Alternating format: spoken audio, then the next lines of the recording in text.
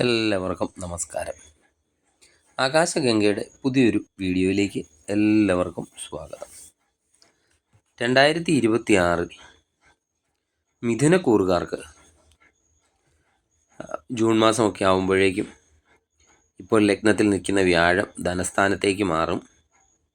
അതുപോലെ ഇപ്പോൾ കർമ്മസ്ഥാനത്ത് ശനിയാണ്. 2026 മിഥുനക്കൂറുകാർക്ക് എങ്ങനെയുണ്ട് എന്നതിനെ പറ്റിയാണ് നോക്കുന്നത്. ഈ രാശിഫലം നിങ്ങളുടെ ചന്ദ്രരാശി അടിസ്ഥാനമാക്കിയുള്ളതാണ്.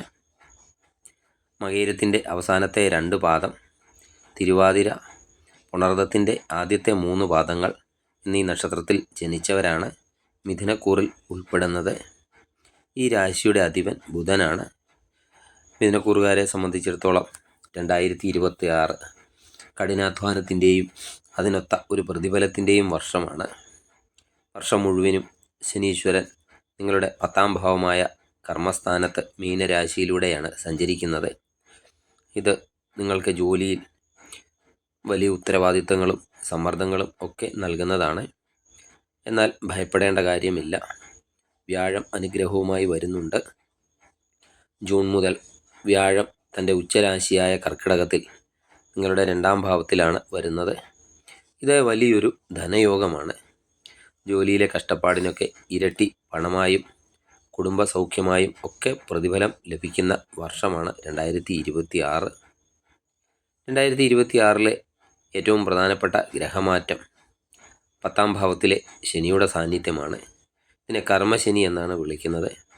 ഇത് നിങ്ങളുടെ ക്ഷമയെയും ആത്മാർത്ഥതയെയും ഒക്കെ പരീക്ഷിക്കുന്നതാണ്.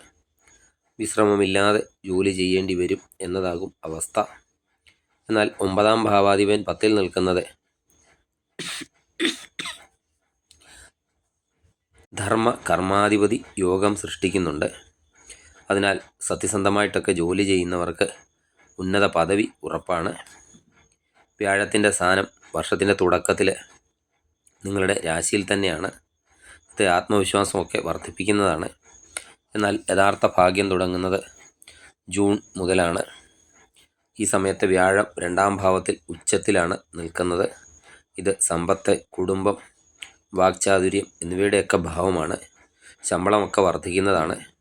അതുപോലെ നിങ്ങളുടെ ബാങ്ക് ബാലൻസ് വർദ്ധിക്കുന്നതാണ്. കുടുംബത്തിൽ സമാധാനമൊക്കെ ഉണ്ടാകുന്നതാണ്. രാഹുകേതുക്കൾ ഡിസംബർ 6 വരെ രാഹു 9ാം ഭാവത്തിലും ഭാഗ്യസ്ഥാനത്ത്, കേതു 3ാം ഭാവത്തിലും ധൈര്യസ്ഥാനത്ത് നിൽക്കുന്നു.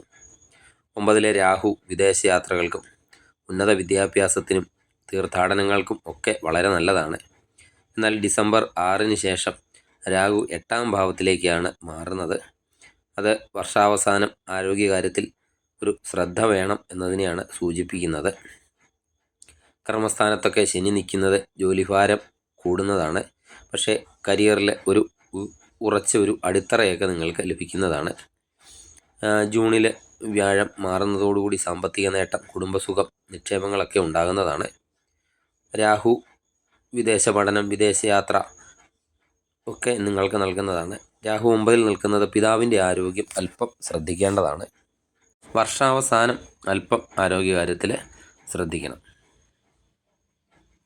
2026 കരിയറാണ് നിങ്ങളുടെ പ്രധാന ഒരു വിഷയം. 10ലെ ശനി നിങ്ങളെക്കൊണ്ട് നന്നായിട്ടൊക്കെ തന്നെ പണിയെടുപ്പിക്കുന്നതാണ്. എളുപ്പ വഴികളിലൂടെ ഒരിക്കലും വിജയം പ്രതീക്ഷിക്കരുത്. വലിയ പ്രൊജക്റ്റുകളെ അതുപോലെ ഡെഡ് ലൈനൊക്കെ നിങ്ങളെ തേടി എത്തുന്നതാണ്.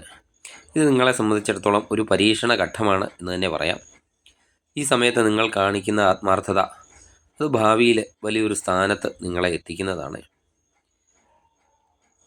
ഏപ്രിൽ 2 മുതൽ മെയ് 11 വരെ ചൊവ്വയും ശനിയും 10ാം ഭാവത്തിലൊക്കെ ഒന്നിച്ച് നിൽക്കുന്ന സമയം വളരെ ഒരു ശ്രദ്ധിക്കേണ്ട സമയമാണ്. ഏപ്രിൽ 2 മുതൽ മെയ് 11 വരെ ഈ സമയത്ത് മേലുദ്യോഗസ്ഥരുമായി തർക്കങ്ങൾക്കോ ഒന്നും പോകരുത്. ഈ സമയത്ത് ജോലിയൊക്കെ രാജിവെച്ച് പോയാലോ എന്നൊക്കെ തോന്നാം. അതിനൊന്നും മുതിരരുത്. നിങ്ങളുടെ കോപം ഒക്കെ ഈ സമയത്ത് നിയന്ത്രിക്കണം. ജൂൺ മുതൽ കാര്യങ്ങൾ അനുകൂലമാകുന്നതാണ്. 2ാം ഭാവത്തിൽ നിൽക്കുന്ന വ്യാഴം നിങ്ങളുടെ ജോലിക്ക് തക്കതായ ശമ്പള വർധനവോ ബോണസോ ഒക്കെ നൽകുന്നതാണ്. പ്രൊമോഷനൊക്കെ ലഭിക്കാനും ഇൻ്റർവ്യൂകളിലൊക്കെ വിജയിക്കാനും ഈ സമയം നിങ്ങൾക്ക് നല്ലതാണ്.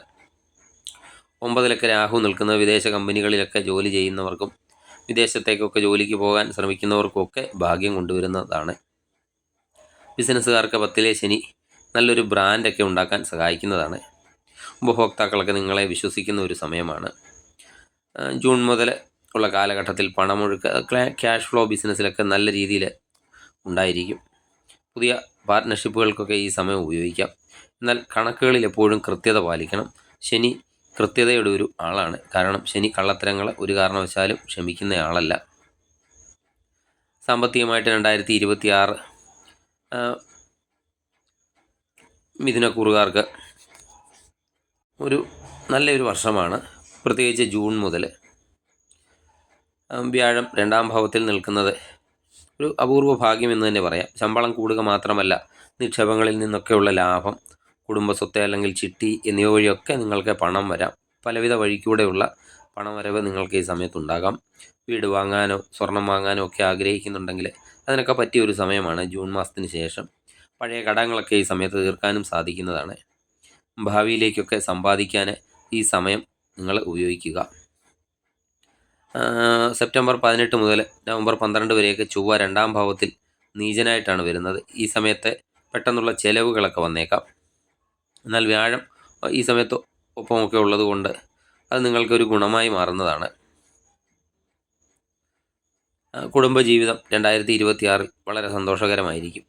2ലെ വ്യാഴം കുടുംബത്തിൽ ഐശ്വര്യമൊക്കെ കൊണ്ടുവരുന്നതാണ്. വിവാഹമൊക്കെ ആലോചിക്കുന്നവരാണെങ്കിൽ നല്ല ബന്ധങ്ങളൊക്കെ വരാനും വിവാഹം നടക്കാനും ഒക്കെ സാധ്യതയുണ്ട്. കുട്ടികളില്ലാത്തവർക്കാണെങ്കിൽ ഈ സമയത്ത് സന്താന ഭാഗ്യമൊക്കെ പ്രതീക്ഷിക്കാവുന്നതാണ്. എന്നാലും 10ലെ ശനി കാരണം ജോലി തിരക്ക് മൂലം നിങ്ങൾക്ക് വീട്ടിലൊക്കെ ചിലവഴിക്കാൻ സമയമൊക്കെ കുറവായിരിക്കും. ഇത് പങ്കാളിക്ക് ചെറിയ പരാതിക്കൊക്കെ കാരണമാകാം. വർക്ക് ലൈഫ് ബാലൻസൊക്കെ നിലനിർത്താൻ പ്രത്യേകം ശ്രദ്ധിക്കേണ്ടതാണ്. 3ൽ കേതു കാരണം സഹോദരങ്ങളുമായിട്ടൊക്കെ ചെറിയ അഭിപ്രായ വ്യത്യാസങ്ങളൊക്കെ ഉണ്ടാകാം. ആശയവിനിമയത്തിലൊക്കെ ഒരു വ്യക്തത എപ്പോഴും വരുത്തേണ്ടതാണ്. സ്ട്രെസ്സൊക്കെ ഒഴിവാക്കേണ്ടതാണ്. ആരോഗ്യകാര്യത്തിൽ 2026 വില്ലൻ എന്ന് പറഞ്ഞാൽ മാനസിക സമ്മർദ്ദമാണ്. 10ലെ ശനി അമിത ജോലിഭാരമൊക്കെ നൽകുന്നതിനാൽ നടുവേദന, മുട്ടുവേദന, സന്ധിവേദന, അതുപോലെ ഉറക്കക്കുറവ് എന്നിവയൊക്കെ ഈ സമയത്ത് അനുഭവപ്പെടാൻ സാധ്യതയുണ്ട്. ശരീരത്തിനൊക്കെ ആവശ്യത്തിന് വിശ്രമമൊക്കെ കൊടുക്കുക. വർഷത്തിൻ്റെ തുടക്കത്തിൽ ജന്മവ്യാഴമൊക്കെ ഉള്ളതിനാൽ വെയിറ്റൊക്കെ കൂടുന്നത്, അതുപോലെ കൊളസ്ട്രോൾ എന്നിവയൊക്കെ ശ്രദ്ധിക്കേണ്ടതാണ്. ഭക്ഷണക്രമമൊക്കെ നിയന്ത്രിക്കുക. ജൂൺ ജൂലൈ മാസത്തിൽ ചൊവ്വ 12ാം ഭാവത്തിലൊക്കെ നിൽക്കുമ്പോൾ ആശുപത്രിയൊക്കെ ചിലവുകൾക്കോ അല്ലെങ്കിൽ ചെറിയ അപകടങ്ങൾക്കോ ഒക്കെ സാധ്യതയുണ്ട്. ജൂൺ ജൂലൈ മാസത്തിലൊക്കെ അല്പം ശ്രദ്ധ കൊടുക്കുന്നത് നന്നായിരിക്കും. വണ്ടിയൊക്കെ ഈ സമയത്ത് ഓടിക്കുമ്പോൾ ശ്രദ്ധിക്കുക. അതുപോലെ വർഷാവസാനം രാഹു 8ലേക്കൊക്കെ മാറുന്നതിന് മുൻപ് തന്നെ ആരോഗ്യകാര്യത്തിൽ നല്ലൊരു ശ്രദ്ധ കൊടുക്കണം. മിഥുനക്കൂറുകാരായ വിദ്യാർത്ഥികൾക്ക് നല്ല സമയം എന്ന് തന്നെ പറയാം.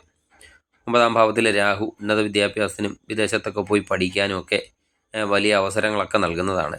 ഗവേഷണമൊക്കെ ചെയ്യുന്നവർക്കാണെങ്കിൽ പുതിയ കണ്ടുപിടുത്തങ്ങളൊക്കെ നടത്താൻ ഈ സമയത്ത് സാധിക്കുന്നതാണ്. ജൂൺ മാസം മുതൽ വ്യാഴത്തിൻ്റെ സ്വാധീനം മത്സര പരീക്ഷകളിലൊക്കെ വിജയിക്കാൻ സഹായിക്കുന്നതാണ്. എന്നാൽ 3ലെ കേതു നിൽക്കുന്നത് കാരണം പഠനത്തിലൊക്കെ ഇടയ്ക്ക് ചെറിയ മടിയൊക്കെ തോന്നാം. അത് മറികടക്കാൻ ശ്രമിക്കേണ്ടതാണ്.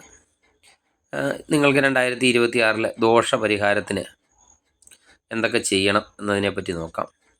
ശനിയുടെ കാഠിന്യം കുറയ്ക്കാനും വ്യാഴത്തിൻ്റെയൊക്കെ അനുഗ്രഹം വർദ്ധിപ്പിക്കാനും ശനിയാഴ്ചകളിൽ ശാസ്താക്ഷേത്രത്തിലോ അയ്യപ്പ ക്ഷേത്രത്തിലോ ഒക്കെ നീരാഞ്ജനം നടത്തുക. ജോലിയിലൊക്കെ നല്ല സത്യസന്ധതയൊക്കെ പുലർത്തുക. തൊഴിലാളികളെയൊക്കെ ബഹുമാനിക്കുക. അവർക്ക് വേണ്ട സഹായങ്ങളൊക്കെ ചെയ്യുക. വ്യാഴാഴ്ചകളിൽ വിഷ്ണു ക്ഷേത്ര ദർശനം നടത്തി പ്രാർത്ഥിക്കുക.